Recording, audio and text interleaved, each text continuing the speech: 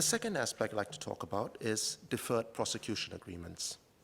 Now, deferred prosecution agreements are a progress in Singapore, and I think it is an interesting tool to add to the criminal process.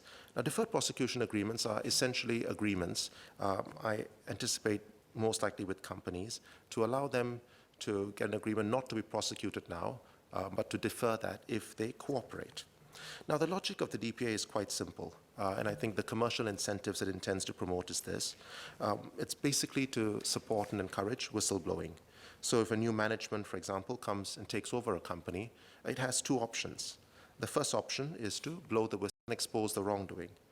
But if they do that, there is a chance that the authorities may then prosecute the company. The second option, of course, is to keep quiet and do nothing, but then that, of course, means the wrong may go unpunished, and that undermines the criminal process. So with the DPA, the Deferred Prosecution Agreements, this actually creates an interesting option for new management that comes in, because in a sense they're starting with a clean slate, and they have the option to report the crime and discuss with the prosecution and try and get an agreement of this sort in place in exchange for cooperation, in order to report on the wrongdoings that had taken place before they had come. So this, in a way, allows prosecution against the company to be deferred, but at the same time, for the wrongdoing to be investigated and for the wrongdoers to be taken to task. Now, this, I think, will be a powerful deterrent for potential wrongdoers. I think the requirement for court approval and publication of the DPA also keeps the process transparent. So if you just want the DPA as a sweetheart deal, then that's not going to happen, because there will be conditions set for this. Now, of course, one risk that such agreements have is that they may be perceived as letting companies off the hook easily, and this may create outrage, especially if some egregious corporate wrong takes place and the company is not punished because of the DPA.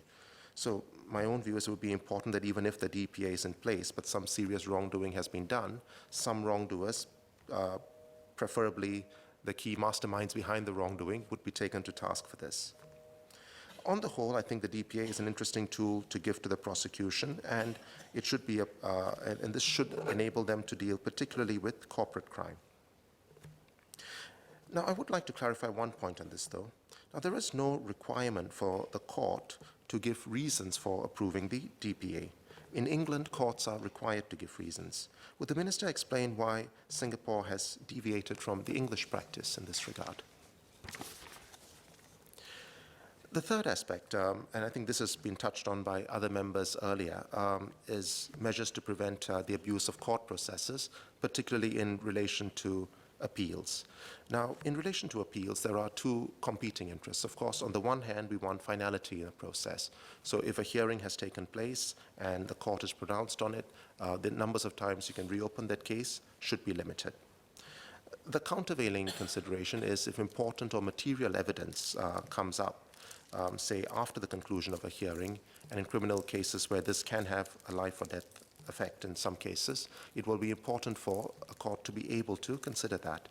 And I think as earlier members had mentioned, including I think Mr. Madhav Mohan, the Ko Jabing case sets out these considerations in some detail. And my own reading is that the current amendments are really a codification of what was set out by the Court of Appeal. And this, I think, is important because it prevents abuse and makes it very clear that, in fact, appeals are exceptional. However, there is one clarification I would like to make on this. Now, most of the key amendments appear to be what are the positions taken by the Court of Appeal already, save for one, and that is the limiting of reopening to a single application. Now, what is the reason for this one-bite rule? And what happens, for example, if important new evidence becomes uncovered after this one additional chance is exhausted? Finally, I'll just make a few comments on the abolition of committal hearings. This was, of course, I think as the Senior Minister of State mentioned in her opening, a process that has been there for most criminal hearings where the prosecution has to set out that it has enough evidence to make its claim. And this is generally a mechanism for the defendant to get out of having to go through a long, protracted criminal process if they can establish up front that the prosecution does not have much of a claim. Now, I understand, as some of my earlier members have echoed as well, that in Singapore the prosecution generally tends to be quite prudent in bringing forward actions and generally tends to get past this threshold without much difficulty. So this process tends to be just one that is an unnecessary process at the moment.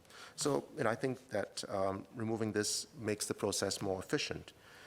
But notwithstanding the care with which prosecutions are commenced, I would like to seek the Minister's assurance on one matter. Are there any safeguards in place for defendants to filter out unmeritorious prosecutions at an early stage, rather than only after an extensive hearing? Thank you.